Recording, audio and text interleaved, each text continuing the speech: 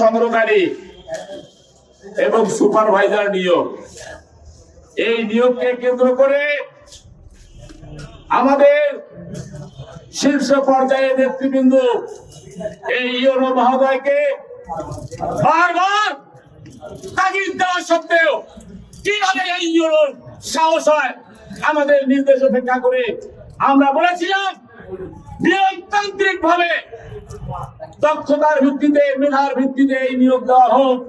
ইউনোর দুই তলে এটা তারেক রহমানের প্রোগ্রাম। এই প্রোগ্রাম সুন্দরগঞ্জে সুষ্ঠুভাবে না হলে সুন্দরগঞ্জ উপজেলা বিএনপি এবং অঙ্গ সংগঠন এখানে বিতর্কের মধ্যে পড়ে যাবে। বারবার বলেছি, যারা এই কাজকে বাতিল করার জন্য, বিতর্কিত করার জন্য ষড়যন্ত্রে লিপ্ত, তাদের দোষরদের কোনোভাবেই এই তথ্য সংগ্রহকারীদের নিয়োগ প্রদান করা যাবে না।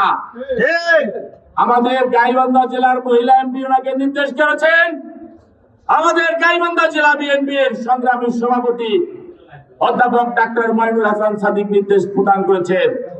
আমি বারবার এই ইউনোর সাথে আমি যোগাযোগ করেছি, কথা কানে যায় না। কার ইশারায় এই সুন্দরগঞ্জ পরিচালনা করতেছেন আপনি? সাবধান করে দিতে চাই, সংশোধন হন, নইলে সুন্দরগঞ্জ থেকে চলে যান, নইলে আপনারা পালাবার রাস্তা খুঁজে পাবেন না। স্পষ্ট স্পষ্ট কথা। গতকাল যে তথ্য সংগ্রহকারী সুপারভাইজারের যে আপনারা তালিকা প্রকাশ করেছেন, অনতি বিলম্বে এই তথ্য সংগ্রহকারী এবং সুপারভাইজারের যে রেজাল্ট হয়েছে এটাকে বাতিল করে পুনরায় সংশোধনের ব্যবস্থা করেন, নইলে এই সুপারভাইজার এবং তথ্য সংগ্রহকারীরা মাঠে যে কাজ করতে পারবে না, কাজ করতে দেওয়া হবে না। আপনারা যদি নিজেরাও চান আপনাদেরকে প্রতিহত করা হবে। স্পষ্ট কথা, অনতি বিলম্বে সংশোধন চাই, নইলে আপনাদের সুন্দরগঞ্জ থেকে চলে যেতে নির্দেশ দেওয়ার আহ্বান জানাচ্ছি।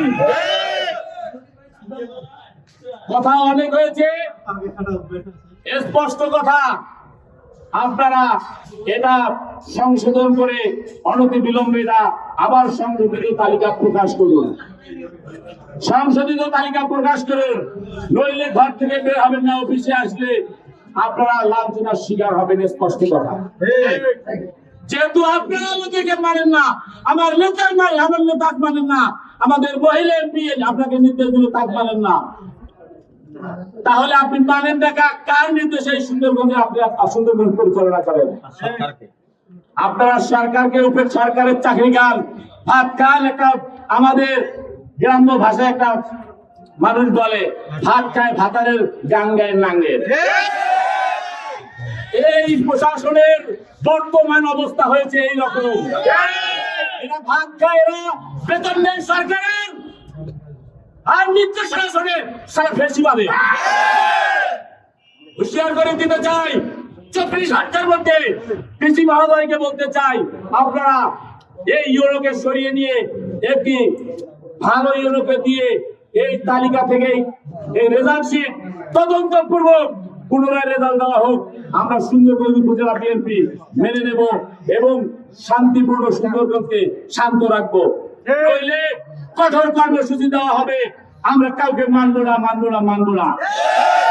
উপস্থিত সকলকে দীর্ঘক্ষণ ধরে মিছিল করে দীর্ঘক্ষণ ধরে বক্তব্য শোনার জন্য সুন্দরগঞ্জ উপজেলা বিএনপির পক্ষ থেকে, পৌর বিএনপির পক্ষ থেকে, অঙ্গ সংগঠনের পক্ষ থেকে সকলকে আন্তরিক মোবারকবাদ ও আবারও ধন্যবাদ জানিয়ে আমি আমার কথা শেষ করছি।